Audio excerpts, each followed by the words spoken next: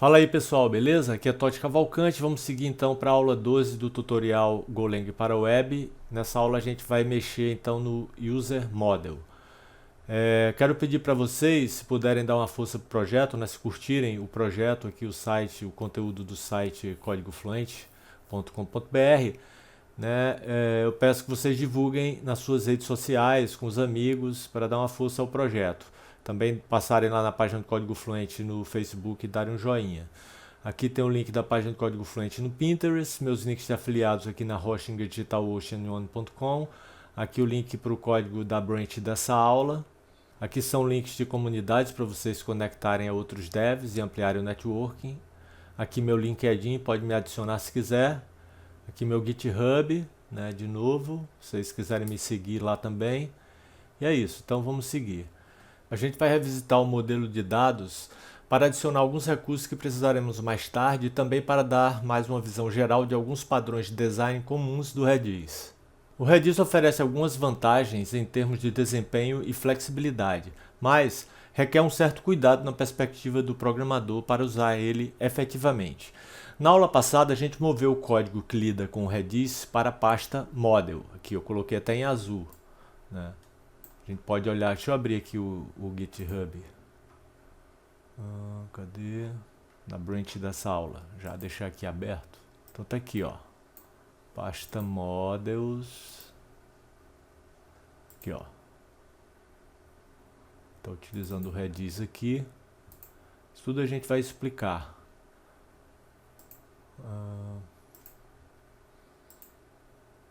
DB. Estamos instanciando aqui o client, né, variável global client, que é um Redis client, e comment. Agora que eu vi esse update aqui, ele está inclusive na branch errada, foi alguma coisa que você pode até ignorar. Isso daqui, vocês podem ignorar esse arquivo aqui, porque ele não é dessa branch. Eu vou até tirar, ver se eu consigo deletar ele. Eu vou fazer assim, quando eu fizer o pull dessa branch no VS Code, aí eu apago e dou um push para essa mesma branch aqui no GitHub e aí vai apagar esse arquivo. Então vamos esquecer esse update por enquanto e vamos voltar aqui. Então beleza, a gente jogou tudo do Redis, né, nesses arquivos aqui. A gente vai mexer mesmo nesse arquivo aqui, ó, user.go. Né. Então estou aqui já no VS Code para a gente fazer isso logo. Vou fechar tudo aqui. Deixar tudo fechadinho aqui só para ficar mais organizado. Beleza. Então, ó, git branch. Tô na branch passada. Então eu vou criar essa branch para poder fazer um pull. User, só ver aqui, user underline model. Como eu não tenho essa branch aqui localmente, vou dar um git checkout -b, que eu quero criar uma branch nova e ela vai se chamar user model, igual a branch que eu já subi lá anteriormente, né? Lá pro GitHub, mas aqui localmente eu já deletei essa branch. Então eu vou fazer um pull dessa branch a partir da branch da aula passada, né? Então eu estou aqui, ó. Eu criei essa branch user model a partir da branch project structure organization, né? Da branch da aula passada. E agora a gente dá um pull, ó. Git pull, para a gente pegar as alterações, trazer tudo que está lá no meu GitHub, né? Aqui nessa branch aqui, ó, user model, do jeito que ela está aqui, né? Já com as alterações que eu tinha feito anteriormente, que aqui já estão todas as branches desse projeto, né? Todas. Mas a dessa aula é a user model. Então eu quero pegar tudo que já está lá. Então git pull, né? Porque eu quero trazer para essa branch aqui local tudo que está na user model remota, né? Git pull origin user model. Você vai ver aqui, ó, por exemplo, o arquivo user, ele tá assim, ó. Ele vai trazer as mudanças. Olha lá, várias mudanças aí que ele trouxe. Inclusive, ó, o update, aquele arquivo que eu disse que a gente vai deletar. Então a gente pode fazer isso logo. Vamos deletar porque ele não faz parte dessa branch. Foi alguma coisa que eu fiz errado aí. E agora eu vou e dou um git add.git commit -m. Eu vou dizer delete update. Como é o nome do arquivo? Update.go. Delete update.go. Essa foi a mensagem que eu coloquei. E aí eu posso dar um git push origin user model, que é essa branch. E aí, na hora que eu der o enter aqui, ele vai fazer as alterações aqui na remota. Então ele vai apagar esse update.go. Vou dar aqui o enter.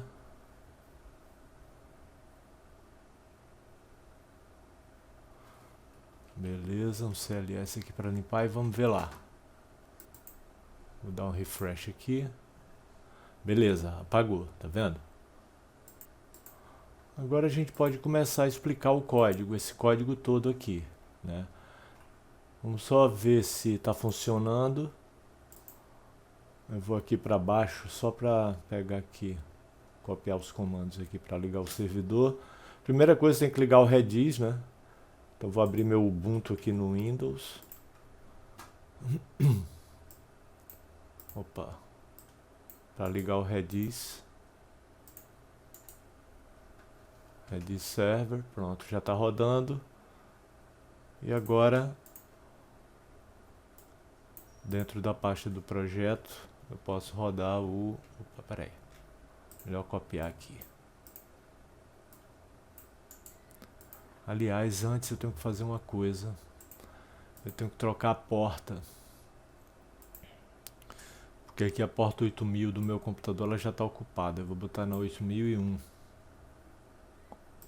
Vou salvar aqui. Depois, na hora de fazer o push, eu volto para 8000. E aqui é só dar o go run main.go. Testar. Localhost 8000. Opa. 8001. Se eu tentar fazer com login, né, fazer o login com o que eu já tinha cadastrado lá, acho que não dá certo. Vou ter que registrar um novo usuário. Acho que era isso. Ó.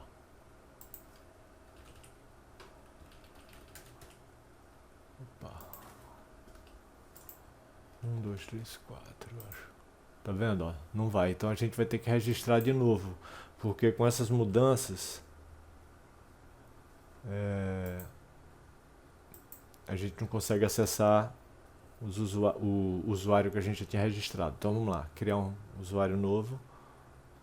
Só TOT mesmo. 1, 2, 3, 4, 5. Beleza. Só TOT mesmo e 1, 2, 3, 4, 5. Ó, beleza, tá funcionando. Então agora a gente pode explicar o código, né? Então vou voltar aqui no site para a gente ver. Então a gente vai começar com o User Model. Vamos criar uma estrutura de dados para o usuário, um struct de user que irá representar um usuário. Mais à frente a gente vai poder anexar métodos e organizar todas as funções que lidam com os usuários em métodos anexados ao objeto user, né? Então a struct de usuário, a gente vai ter só isso daqui, essa key, que vai ser uma string, né? É o ID do usuário. Onde que é a chave do usuário dentro do Redis, né? Vai identificar o usuário dentro do Redis. Então todos os atributos do usuário, como hash, bcrypt e o nome do usuário, eita, aqui está repetido. Mudei esse parágrafo aqui que eu escrevi de um jeito que nem eu estava me entendendo. Então, além dos atributos do usuário, né, que é o hash bcrypt, que é a senha dele, né, hasheada, e o nome, agora a gente tem a chave desse user, que vai funcionar tipo uma chave primária, né, usada em bancos de dados relacionais. Todos os atributos estarão em um hash map, ou seja, em um dicionário chave-valor no Redis. E essa chave do user vai apontar para aquele hash map com todos os atributos do usuário. Toda a estrutura do user deve ser armazenada basicamente como uma forma de procurar um determinado user no hash map e em seguida os métodos anexados à sua estrutura, que farão as chamadas às buscas reais no Redis. Vamos fazer também um construtor para o modelo usuário, ou seja, um construct para o user. Então vamos lá. A gente vai ter essa func aqui, new user, né? Esse incr é um increment, né? Ele é usado para incrementar um valor inteiro da chave do user à medida que os usuários são criados no banco, né? Um erro é retornado se a chave contém um valor do tipo errado ou contém uma string que não pode ser representada como um inteiro, né? Nisso daqui. Então, por isso que ele pode retornar um erro e se ele retornar um erro, ele vai ser guardado nessa variável ERR. Se não, ele vai retornar um ID, que é um inteiro, e vai ser guardado aqui no ID. Então, aqui ele dá uma checada, ele vê, será que aconteceu algum erro, né? Porque se acontecer algum erro, o erro ele vai estar diferente de new. Isso aqui significa diferente, né? A exclamação igual. Então ele está verificando, tem algum conteúdo na variável erro? Porque se tem, ela vai estar diferente de new. Então é porque ocorreu um erro. E aí ele vai retornar new, né, para aquele usuário, né, para aquele ID ali que ele tentou atribuir, né, a esse usuário, e vai retornar o erro, né, o que é que aconteceu, o que é que deu errado, e vai atribuir aqui a esse ERR. Então ele retorna new porque ele não foi bem sucedido em atribuir um ID para esse usuário, né, e retorna o erro, né, que ocorreu. Porque se ele entrou aqui é porque ocorreu um erro. Erro não está como new. Erro está diferente de new. Erro tem um conteúdo aqui dentro dele, então ocorreu um erro. Se ele não entrou aqui é porque não deu erro e ele conseguiu atribuir o ID. Aliás, ele vai atribuir o ID aqui. Significa que ele recebeu um ID da função increment do Redis. Esse client aqui, se você observar, vou abrir aqui o arquivo inteiro, né, só para a gente ver. Ó, ele não está sendo importado de lugar nenhum aqui. Ó. Ele aparece aqui do nada. Aqui ele aparece na linha 20. A gente pode até fazer uma pesquisa. Deixa eu ver se aqui dá. Client. Ó, primeira ocorrência. Aqui é a quinta. A primeira é aqui. Onde é que ele foi declarado? Ele não foi declarado nesse arquivo. Mas por que a gente consegue acessar esse cara? Porque ele está declarado aqui como uma variável global. Ó. Na mesma pasta, eu acho que é aqui, ó, na DB. Vamos dar uma sacada. Aqui mesmo, tá vendo? Client. Ele está sendo declarado como uma variável global, né? E daí que a gente consegue acessar através do arquivo user também. A gente tem acesso a ele. E aí a gente chama a função increment para poder pegar um ID e atribuir a esse usuário. Então aqui, ó, nessa linha, ele está atribuindo esse ID, aqui, ó, o ID a essa chave valor, né?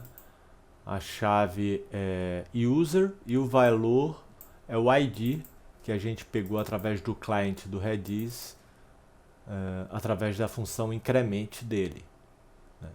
E a gente vai atribuir a variável key, tá? Aqui a gente constrói um pipeline. Eu vou até voltar aqui para explicar o que é um pipeline. Também a gente está criando ele usando o client do Redis, né? Vamos só ver aqui a explicação do pipeline aqui. Então, isso tudo aqui eu já expliquei, né? A gente pegou o ID, que a função increment do client Redis retornou, atribuiu ao key do usuário, né? Isso aqui está repetido. Deixa eu corrigir isso daqui. Vou até corrigir aqui. Então ele pega aquele key que o increment trouxe para a gente, né? Que ele cria lá, né? Então, tipo, o primeiro usuário lá ele cria, vamos dizer, com 0. Então ele vai atribuir 0 ao user, né? A chave user, né? Como a gente viu aqui. Então, vamos falar do pipeline, então. Então, em seguida, a gente cria um pipeline através da variável global client do Redis, criada no db.go, aquilo que eu já expliquei. Então, está aqui, ó, a criação desse pipeline. Um servidor de solicitação-resposta, né, request-response, pode ser implementado de forma que seja capaz de processar novas solicitações, mesmo que o cliente ainda não tenha lido as respostas antigas. Dessa forma, é possível enviar vários comandos para o servidor sem esperar pelas respostas e finalmente ler as respostas em uma única etapa. É para isso que serve o pipeline do cliente Redis. Em seguida, temos várias linhas usando o H7 do pipeline do cliente Redis. O H é de hash, né? Por isso que eu botei em laranja aqui. Então, o H7, né, que pertence ao pipe, né, que a gente criou aqui, ó, com client.pipeline, a gente atribuiu essa variável pipe, e a gente está utilizando o H7, que é um método, né, do pipeline do cliente Redis. Então a primeira linha atribui o ID, a segunda atribui o username, né, recebido como parâmetro ao usuário com aquele ID, e a mesma coisa para a linha seguinte, para o hash de autenticação, né, aqui. Na última, temos uma outra chave no Redis criada implicitamente. Essa chave vai ser usuário por nome de usuário. Ela vai conter uma forma de busca que relaciona o nome do usuário ao ID, né, aos IDs, aos seus IDs, né. Isso nos permitirá procurar nosso usuário pelo nome. Isso é legal porque sem isso, se a gente quisesse ver os atributos de um determinado usuário, a gente teria que saber o ID dele. Dessa forma a gente consegue pegar ele pelo nome, vai conseguir pegar ele pelo nome. A gente vai ter uma função que a gente vai ver logo a seguir. E depois vem a execução do pipeline. Então, o pipeline consiste nesses comandos aqui, e depois aqui a gente tem a execução dele, né? Vamos ver aqui no código, ó.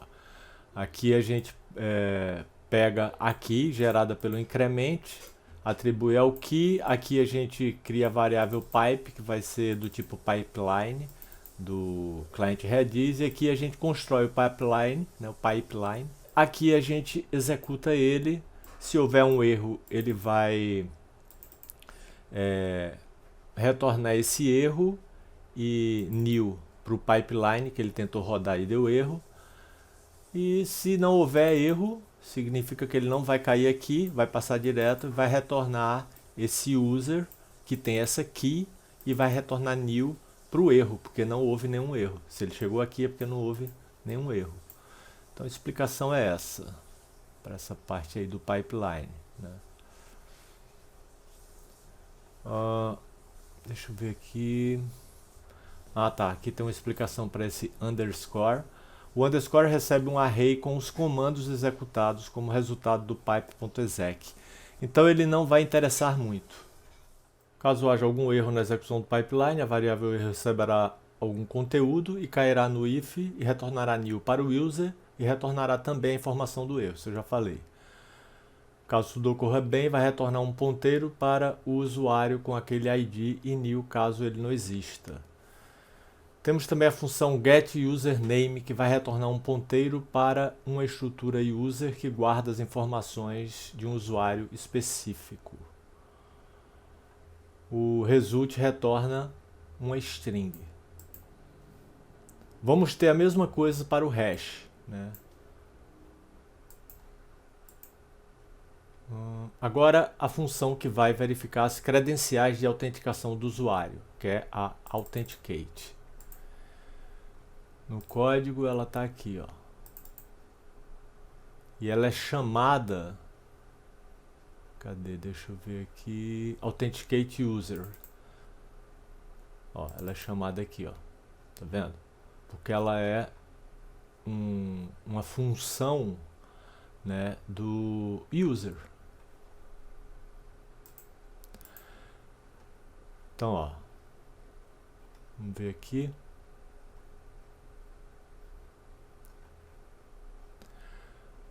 A função authenticate ela vai retornar new se tudo der certo, né? Que é o que ERR, nessa variável R de erro, estará guardando quando tudo estiver correto com a senha do usuário, né? Então vamos analisar aí o authenticate.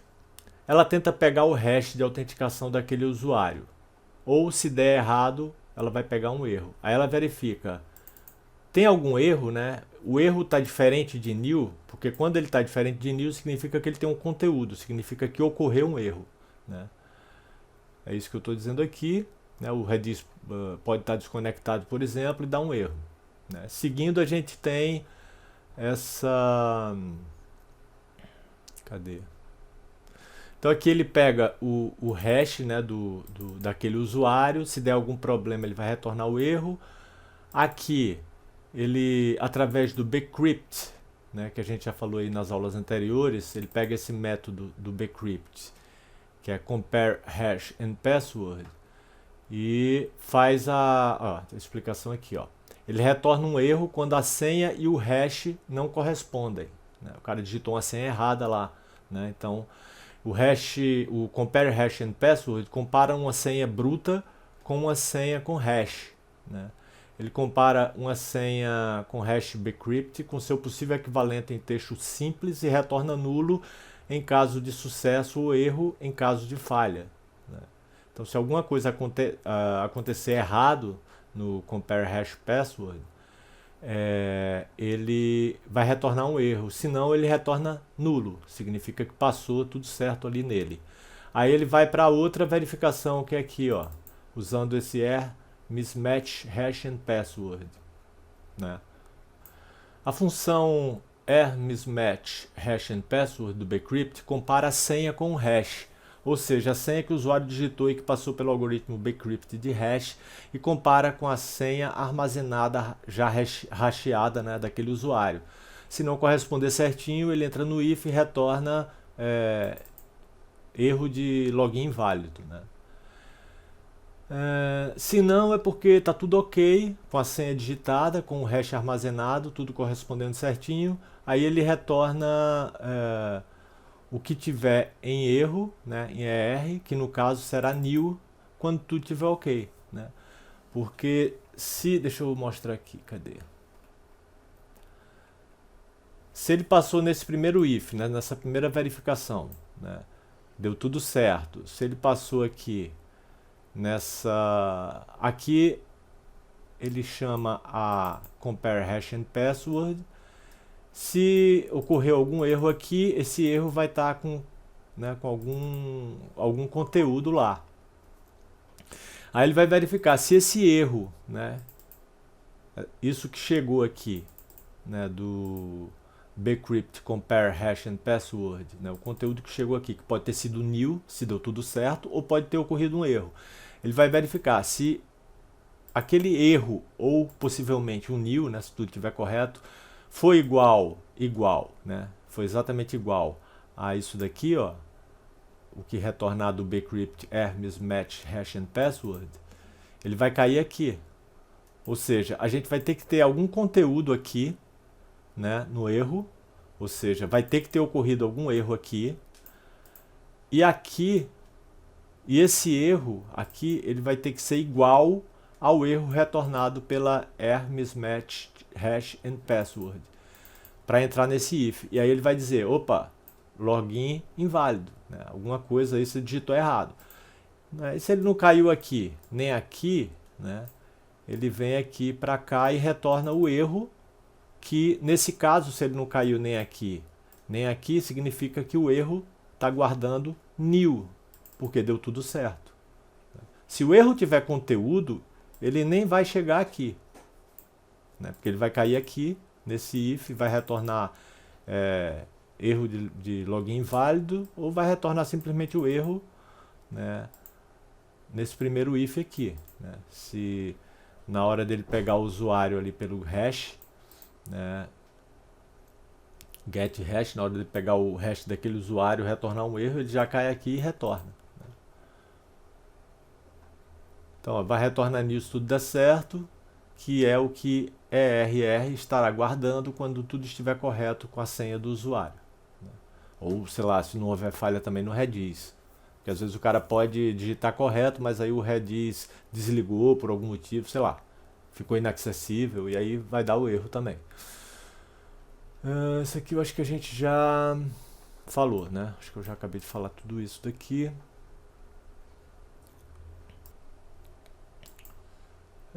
A gente tem também essa getUser by username, né, que recebe um nome de usuário em uma string como parâmetro aqui, ó. Retorna um ponteiro para um usuário ou um erro em potencial. Então aqui está o retorno dela, né? Se tudo der certo, ela vai retornar um ponteiro para esse usuário com essa chave, né? E vai retornar nil para o erro, né? Então o que é que rola aqui, ó? Ele tenta pegar o usuário pelo nome e pegar o ID desse usuário através desse ponto int64 para jogar aqui nesse ID. Caso ele não consiga, o usuário não exista, sei lá, ele vai gerar um erro e vai jogar nessa variável ERR. Aí ele vai verificar esse ERR é igual ao redis.new, né? Ou seja, ele não encontrou, né, esse cara lá, então ele vai retornar new para aquele usuário e o erro de usuário não encontrado, né? Agora, caso contrário, se o erro for diferente de new, né, ele vai retornar nulo, né, para aquele usuário e vai retornar o erro, o que está guardado na variável erro, né? Aqui é o erro caso ele não encontre o usuário lá no Redis, né? E aqui é se o erro, se der algum tipo de erro, ele vai ter conteúdo nessa variável erro, ele vai retornar nil para aquele usuário, porque houve algum erro e ele não conseguiu achar o cara, e vai retornar o conteúdo desse erro. Se ele não cair nem aqui, ele pega o ID desse cara, que está aqui, ó, que a gente pegou aqui nessa linha, atribui a esse user, né, esse ID, a chave, né, atribui essa variável aqui, ó, key, e retorna a key desse usuário, né, através desse ponteiro do usuário. Porque ele recebe um user como ponteiro. Então ele pega a key desse usuário e retorna. E para o erro, como não houve, se ele caiu aqui nesse retorno último aqui, ele achou o usuário, ele vai retornar o ID, né, desse usuário e nil para o erro, porque não houve nenhum erro, então o erro vai estar com nil. Então é basicamente isso aqui que eu estou explicando, eu não vou nem ler isso daqui. E authenticate user, que vai chamar a nossa função authenticate, que é aquela que a gente viu aqui em cima, authenticate. Ela retorna nil, né, se tudo tiver certo, se o usuário passar na autenticação, e vai retornar um erro caso aconteça algum erro aí, ou de senha errada que o usuário digitou ou porque houve problema com Redis, né, de conexão com Redis, etc. Né? Então, essa Authenticate User, ela faz uso dessa função Authenticate. Né? Ela recebe o username do usuário e o password do usuário como parâmetro. Né? Ela pode... Ela vai pegar aqui o usuário, né? Usar aquela função getUserByUsername que a gente criou aqui, para pegar o usuário através do nome que chegou aqui como parâmetro, né? O username. Então ele passa o username e tenta pegar o cara com aquele username. Caso corra tudo bem, ele vai atribuir a esse user aqui. Se não, é porque deu erro, aí ele vai atribuir algum erro a essa variável ERR. Aí ele verifica.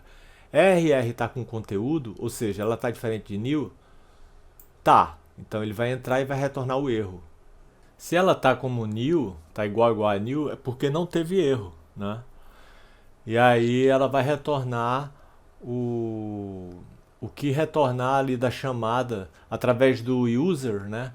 Que ele acabou de pegar pelo getUserByUsername, ele chama o método authenticate desse próprio usuário passando password, né?